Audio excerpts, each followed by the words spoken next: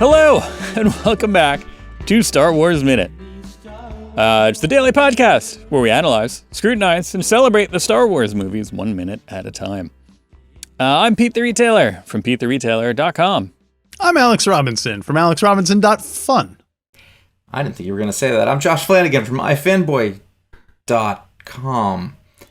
It was going to be a joke and it just didn't show up, so I kept going. It's all right. Stick to, jokes are sometimes expensive. It should be. Glad to have you back, Josh. Yay. Welcome back to talk about minute 112, Star Wars, Episode 9, The Rise of Skywalker. 112 starts with Reylo having a moment, and it ends with Ben Solo Qui-Gonning one of the Knights of Ren. Is that what they call that move now? Because Qui-Gonning, yeah, you just run him right through. Yeah, he was probably the first one to be run through with a lightsaber in like decades. A millennium, yeah. Yeah, because there were no Sith to fight. No one else had lightsabers.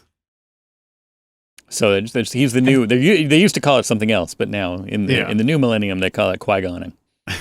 Would it be Darth Mauling? He got. Yeah. Would you get? Darth Mauling is where you get cut in half and have robot legs. Okay, so it's named after the victim. Yeah. Okay. Yeah. It's the least we can do. You've never used Qui-Gonning before in any of these. I figured that was just like it was just a regular show phrase. Well, he does it to the door too, so I guess we could name it after the door. Dooring. He doored him. He totally doored that guy. Right. That's taken. But yes, I like this. Starts out with just like extreme close up, faces cutting back and forth between the faces of Rey and Ben Solo and Rey and Ben Solo, and finally after 17 seconds of that, Palpatine's like, "All right, just do it, come on."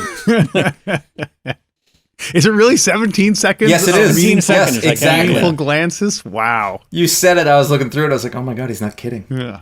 No. And perhaps coincidentally, I have my least amount of notes for this one because 17 seconds of it. It's a lot of just looking back and forth. And me wondering, like, are they actually... Wait, where are they in space here? Like, they're in the same room at this point, right? Like, they're... I couldn't figure that out either, because sometimes they show him running like he's going down a hallway. Thank you. Ben is in the next room. He is? Yeah, he's not in this room yet. He's making his way there.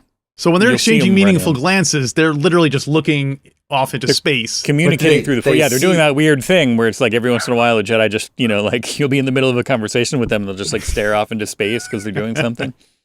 That's what they're doing. Wow. And they're realizing that they have this, dyad connection here. She's realized that he's here and that he's good. And kind of reaching out, reestablishing the dyad, leaning into being like, oh, this feels better than the dyad before, because he's more this open from and the unguarded. New York Times bestselling author Ray Carson's novelization of the book, or is this your own? They talk about that in Star Wars: The Rise of Skywalker expanded edition novelization. It's so weird that they brought Kylo Ren back to life only to have him not say a single word for the remaining hour of the film. Yeah, keep in mind his last line was in minute. Where are we now? Let's keep a tab. We'll put up one of those signs that it has been X amount of minutes since Kylo Ren's last line.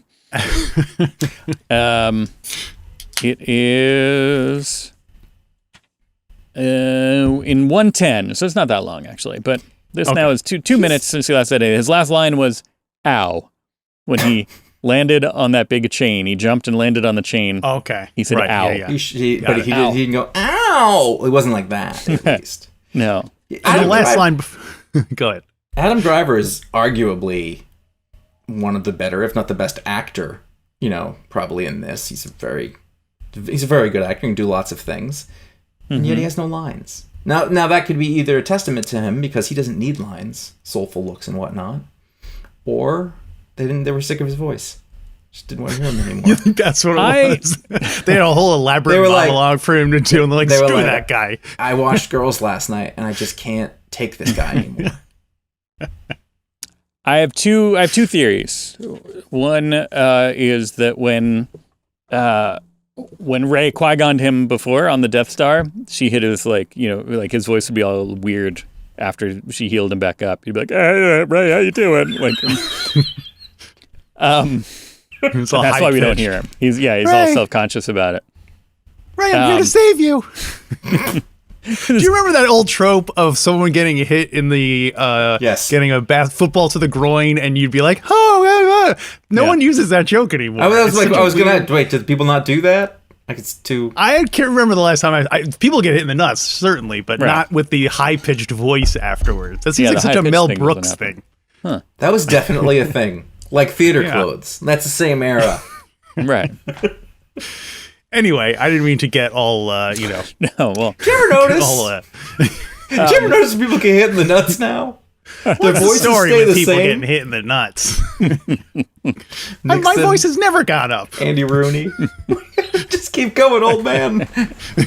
You can't get mad at me for calling you old if you're gonna do Andy Rooney. Guilty as charged. My other theory is a behind-the-scenes theory, in that maybe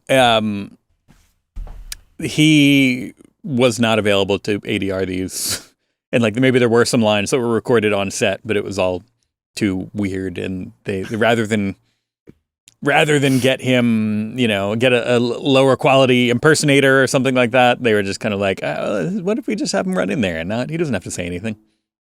I feel like it's like what could he say? Like, hey, I'm here let's go fight. Like, what could he say that would be meaningful? I mean, he could be running through shouting, Rey! This was this was the first time I noticed when I was watching these that Rey and Ren are almost the same. I was like, wait a minute, does that come up anywhere else? Is that a thing? Okay. Well, that's the good thing about Reylo. It still works because it worked for Kylo Ren and it works for Ben Solo. So either one, the Reylo works either way. So. It has to be a coincidence. I will say, like the idea, like what does he have anything to say, and them making the storytelling choice. Like, listen, we don't need to waste time with this. Is very noble, and it would speak well to the storytellers. But there's a minute coming up where they clearly don't have that philosophy. Yeah, the AI ran out of stuff for them to say. Yeah. Like they're like, these people should just say something. What? Doesn't matter. They got to say something. They're going to say what we're looking at. I mean, that's one of the things. To me, a lightsaber battle, half of the lightsaber battle quality has to do with the talking that goes on around it, like Empire. Sure. It's not so much about the flips and kicks and all that stuff. It's the emotional content behind it. Granted, one of my other favorite lightsaber fights is the throne room, Snoke's throne room, and there's no talking in that. But there is the afterwards. They do have the big, join me and all that stuff like that. So it's present. Well, it's interesting because I actually have a note here, and it is 2 notes. And by the way, one of them is short, and I wrote, "This is a good lightsaber fight." So we can table that. We can put a pin in that one. The other one is the note before it is, if Pete and Alex call, do not answer. Send it to voicemail. And you were like, oh, I should have read that one first. Because you're calling me. Hello? Oh, jeez. No, I wrote a note that Adam Driver, his acting is really impressive in the sense that even though he's not saying anything, and I did not notice he wasn't saying anything, but when you saw his face and his posture, you knew he was good Kylo. You knew he was Ben. Yeah. And I always find that really impressive, that it's just the way he holds himself in his face. It's subtle. It's not there, but I looked at him and I was like, oh, he's the good guy now. Because I could see just the look in his eyes, and that's really cool. Much in the way that you can tell the difference between George and Oscar Bluth on Arrested Development. Literally just by looking at like the way he's holding himself. And it's a really cool acting trick. I can't do it. Acting. Brilliant. Love it. So we got Love It, which is the most contemporary of I think so Andy far. Rooney. Oh, wait till we get to my All in the Family material. You're going to love it. Sheev reprising one of his great lines. Do it. Right. The audience stands up. Woo! Yeah, everybody in the crowd. Woo! Someone's gonna die when he says that. They knew that he couldn't do his finishing move until he said his catchphrase. So yeah, totally. So I have questions. Mm-hmm. I spent a long time trying to figure out where that blue lightsaber came from that Ben Solo had. And she does the heel behind the back trick, which physically doesn't seem to make any sense at all. And boy, did Sheev hate that. He was so mad that she did the old behind the back lightsaber trick. And then I thought, all right, did she force transfer her lightsaber to him?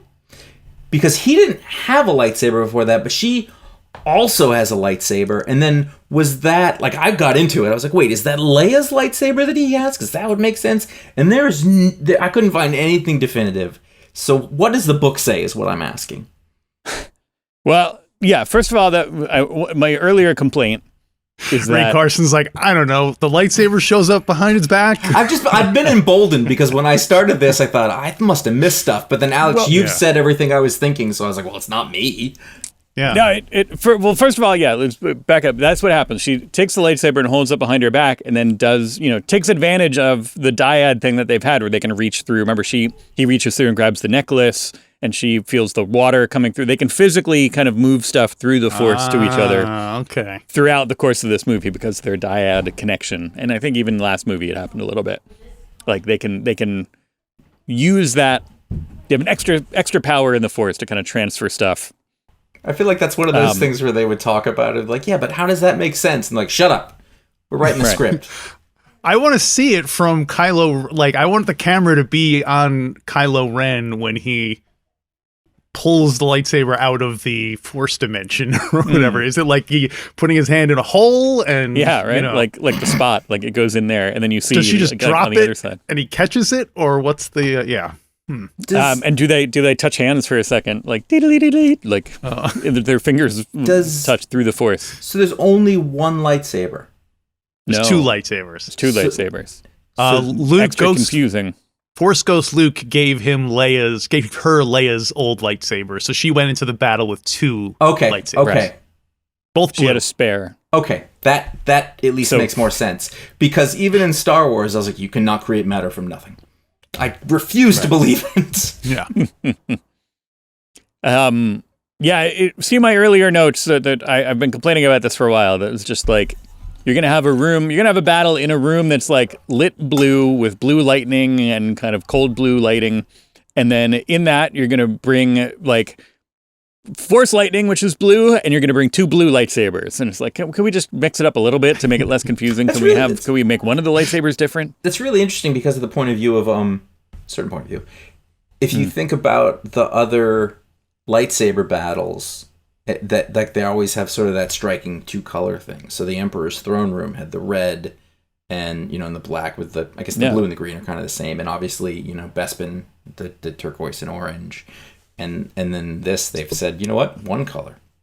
And a big robot arm. The end of Revenge of the Sith, too. My earlier... See my complaint from 5 years ago. That they did that same thing, too. They were like, well, they couldn't have... They felt backed into a corner, and they're like, well, we have to have him using this lightsaber. So instead of like having him give it to, I don't know, he could have already turned Sith, and I've complained about this a lot. I mean, like, this is a almost like a modern movie thing, is that they take people, they put them in a room, they desaturate the colors. Like it's like action movies are harder to see for some reason that they decided. Like it's very common. Old man thing. Sheev's reaction to the whole lightsaber trick is really funny. He's like a kid who just got tricked by a magic trick. He doesn't understand, like, the laws of the universe don't work the way I thought they did. I've got your nose. No. No, your nose. Yes. Yeah, but definitely in the theater, that was a big woo moment. It was big, like people were, when she put the lightsaber back and then Kylo Ren has it and pulls it out. And then everybody like a cheered. Woo or a woo. Because I really were like, what? Whoa. It was a whoa. Oh. No, it got a big cheer. I remember that being like a whoop in the crowd.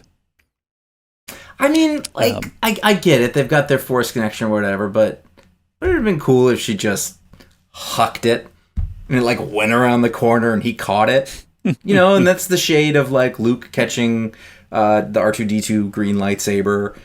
You know, it just... Or doing like you failed, you know? Right. Like when Luke throws his lightsaber away, like... Right. She could do that same thing and then have it like... Like coming up with this sort of strange force teleportation thing is...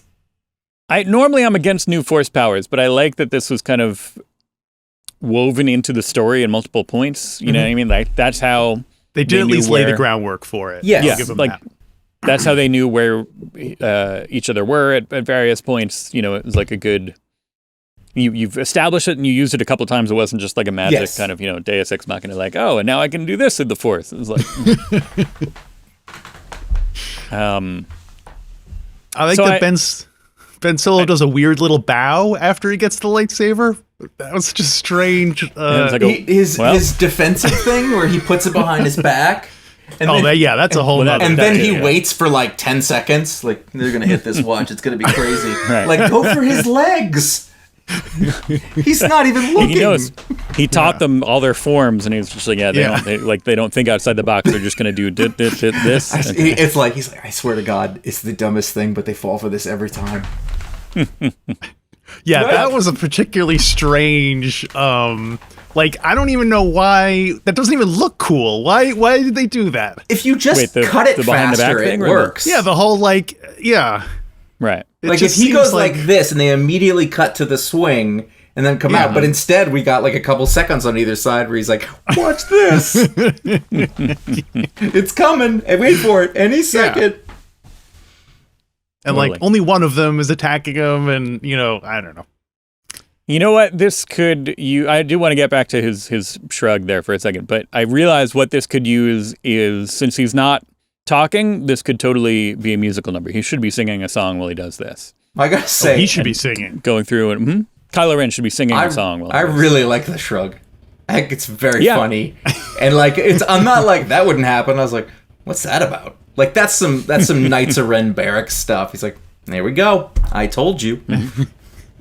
I thought it was because Rey gave him Anakin's old lightsaber, and he was like, "See, I was the one who was supposed to have it right from the start." Because remember they were fighting over it last time. This is mine. So anyway, he should have legs. Sorry. In the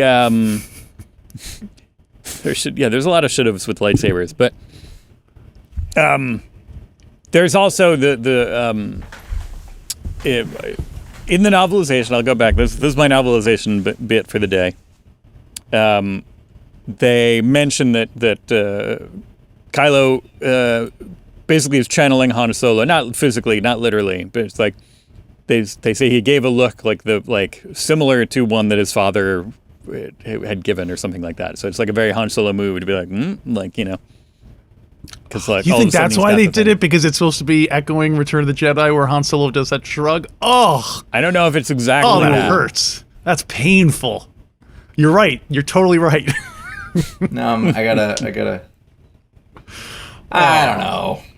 I could see it as a bad choice, but if it's true, then he didn't like it either, and he was like, "Fine." Just like it was like, "You're gonna make me fine." Hopefully, they just won't use this take. Instead, they got. Or he didn't know that they're like, oh, maybe after you get the blade, just shrug before you fight. And then he had no idea that it was like... But he's still doing it sarcastically. You watch it, just Yeah. Fine, JJ. There it is. Okay. Can I go home now? You don't even have any lines for me. I have a weird question, and I hope this is also not true. In this battle... Is Rey throwing laser blasts around?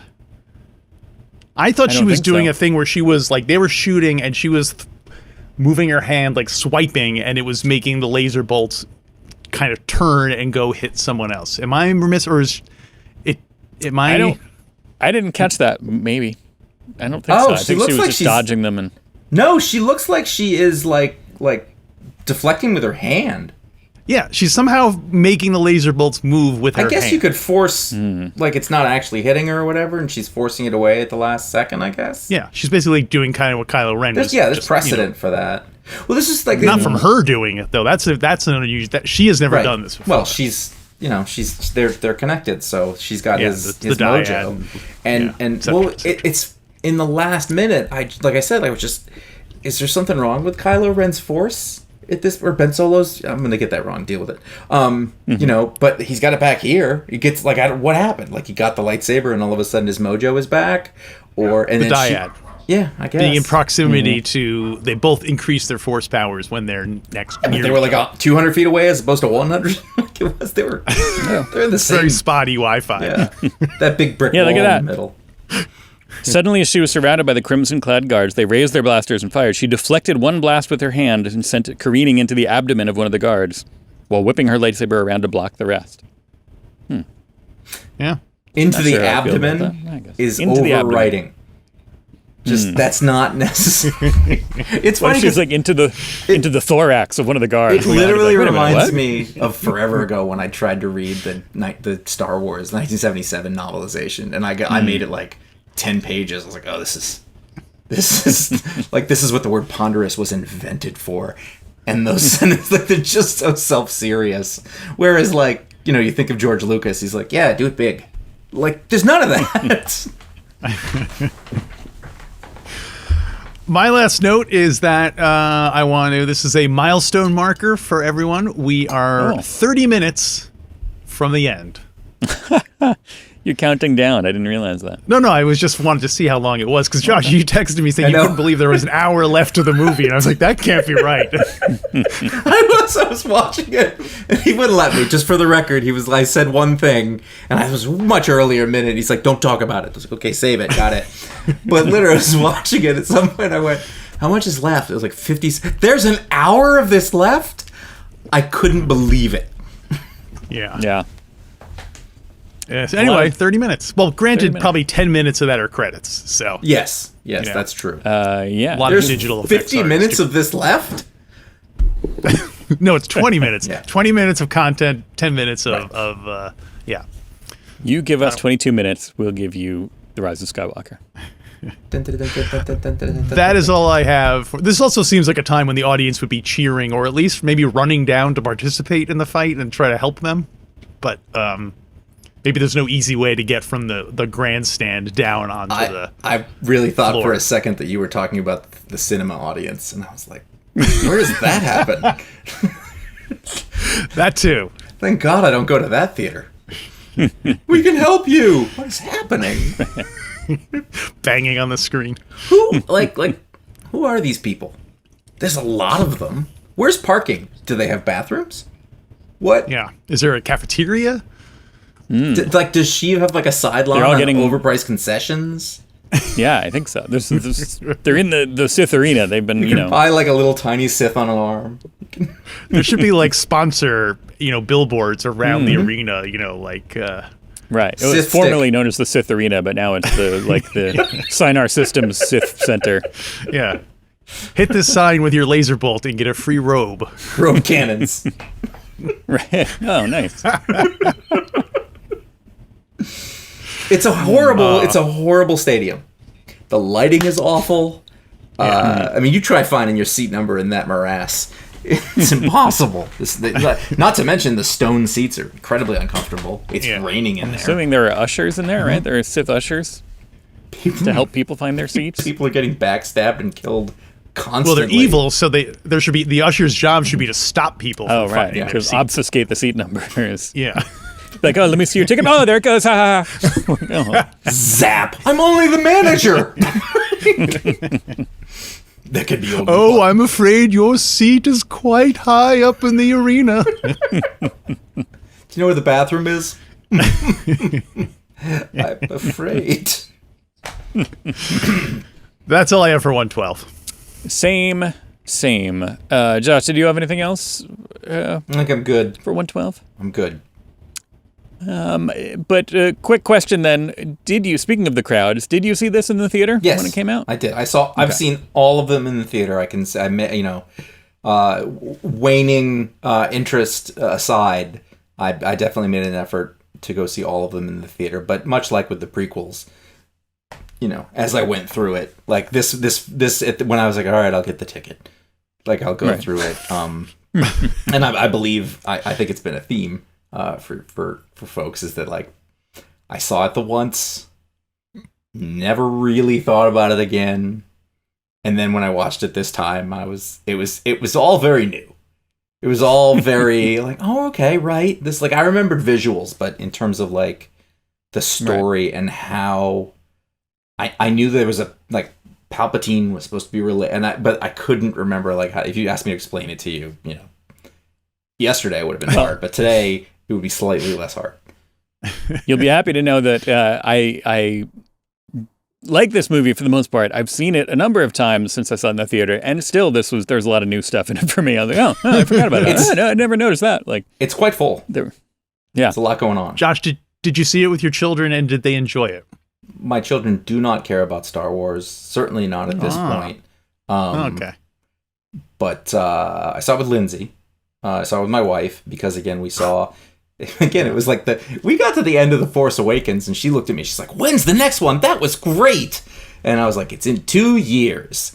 And then by the time we got to the second one, that incitement had waned slightly. I stopped trying to get my kids to watch it. Like it's not going to happen. They've got their own thing. You know, oddly enough, Henry very into Harry Potter. So there you go. Always, I have somebody he should talk to. Well, if you want to talk to us, we will be back tomorrow to talk about another minute. Maybe there'll be some more stuff. Maybe there'll be a clarification that I can offer from the novelization. Who knows? But in the meantime, if you want to find us, talk to us, you want to chip in your own opinions here, why not? Well, the best way to do it, I'll start out, is, as Alex mentioned yesterday. Did you mention that yesterday? We have a Patreon. I don't think you mentioned that yesterday. Well, we have a Patreon. If you support us on Patreon, you get access to the Discord where you can talk to us, and we're there in a chat thing. We're there pretty much every day. We're talking to people about episodes, about other Star Wars stuff, about Star Trek stuff, all kinds of nonsense. That's the best way to chat with us about this.